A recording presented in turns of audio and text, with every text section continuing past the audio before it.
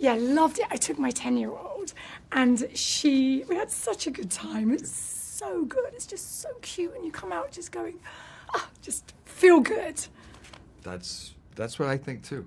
I feel like it works on so many levels, this movie. Emotionally, it packs such a punch with all of the different characters. Yeah. You're kind of watching them all get over their own foibles and discover their own courage. All the trainees, me, Hiccup, everybody. They're all something that the audience can really get behind. And then this world visually is so artistic and stunning that it's just moment after moment.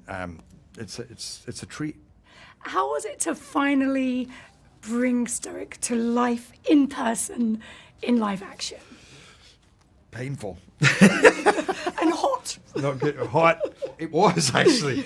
I mean, that costume was £90. And I had it on all day. And there's not really a break from it because it took so long to take off and then put back on. But it's also, it really helped transform. I felt so transformed when I put all that hair, makeup, and costume, and then stepped into that world. I was like somebody. It wasn't hard to forget about me and step into the mind and soul of Stoick, and therefore I felt I could go way deeper, which ultimately I think is what's brilliant about this movie is more the emotional complexity of watching this story between father and son, and the son and the dragon, and it's powerful stuff, really and you get to do that, I think, more even than the animated, for sure. I was thinking when I see you in the first shot, the first scene we see you in, and you're so taken aback by the size of you and just how big you look and the costume and everything. I was just thinking after all, I was feeling it.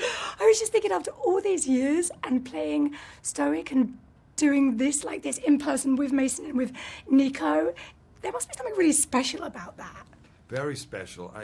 Obviously, I have a lot of affection for Stoick, for this franchise, and how it turned out. And just like I still watch that first animated movie, and it's like one of my favorite movies ever to watch. But still, to transform into that in the live action and go, where can we take it now? Where can we take it to the next level? So then, for me to be able to play Stoick, put on that costume and step in there going, oh my God, we're doing this. We're here. Because it felt like we built a huge city. And I'm also surrounded by hundreds of Vikings with, the best costumes. My costume is the best costume I've ever worn.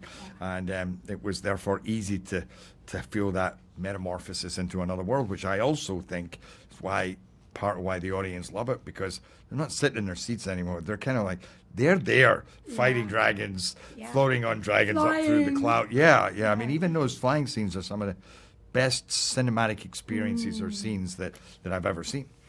How much of it did you have to do? Like, obviously there's all the CGI, but then when you're doing like the fighting scenes and how much of that was real? Well, the fighting scenes were real. What we would do is we would also have puppet dragons, right? So they built dragons. So I was smashing my hammer against dragons, and then they would take it away, and you would do it without all that. So you did it like 3 different ways every time. But most of the time was spent with the puppeteers and with these built dragons, so that you could even just kind of see geographically on film in the shots how it made me move, because the difference between swinging and there's nothing there and swinging and hitting something makes such a difference to how you move. Also to performing with these incredible puppeteers that were moving these dragons around. I know it sounds weird, but it really, I think everybody felt the same thing. You kind of felt like you were dealing with a living being, a creature. Yeah, that's fascinating. It was, I mean, my scene towards the end where I kind of really break down and I'm looking into the eyes of Toothless, it was incredibly emotional.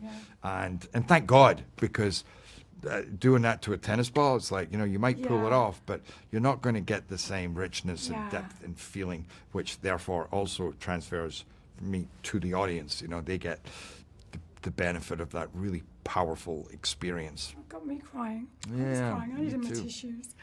Where does his voice come from? Like, how much of it's Jerry, but it's not Jerry? I know. I don't know. I don't know where it I don't know where it came from. I just did it. I just like turned up animated movie many years ago, but I think it's changed a lot. It actually changed a lot when I put on the costume, because suddenly it was like, well, wait a minute. Now I feel this way, and now I move this way, and now I have this posture. I don't always have to have a big voice. A lot of time it's really quite the opposite. I can play with the intensity or whisper or not, you know, because you also understood the power in complete silence in this man. It's such an epic, towering force that a lot of the time holding back words and emotions is way more powerful than anything you could say.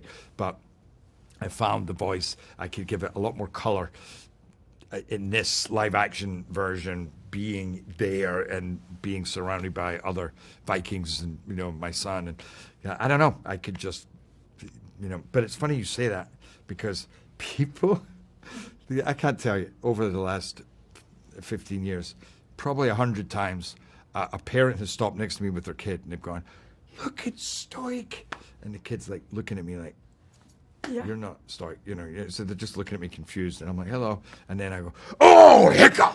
We're gonna fight! Oh, Odin, what's up?" And they're like, and they kind of go, "I know this, I know," and I know that's coming from it, but he doesn't. Yeah.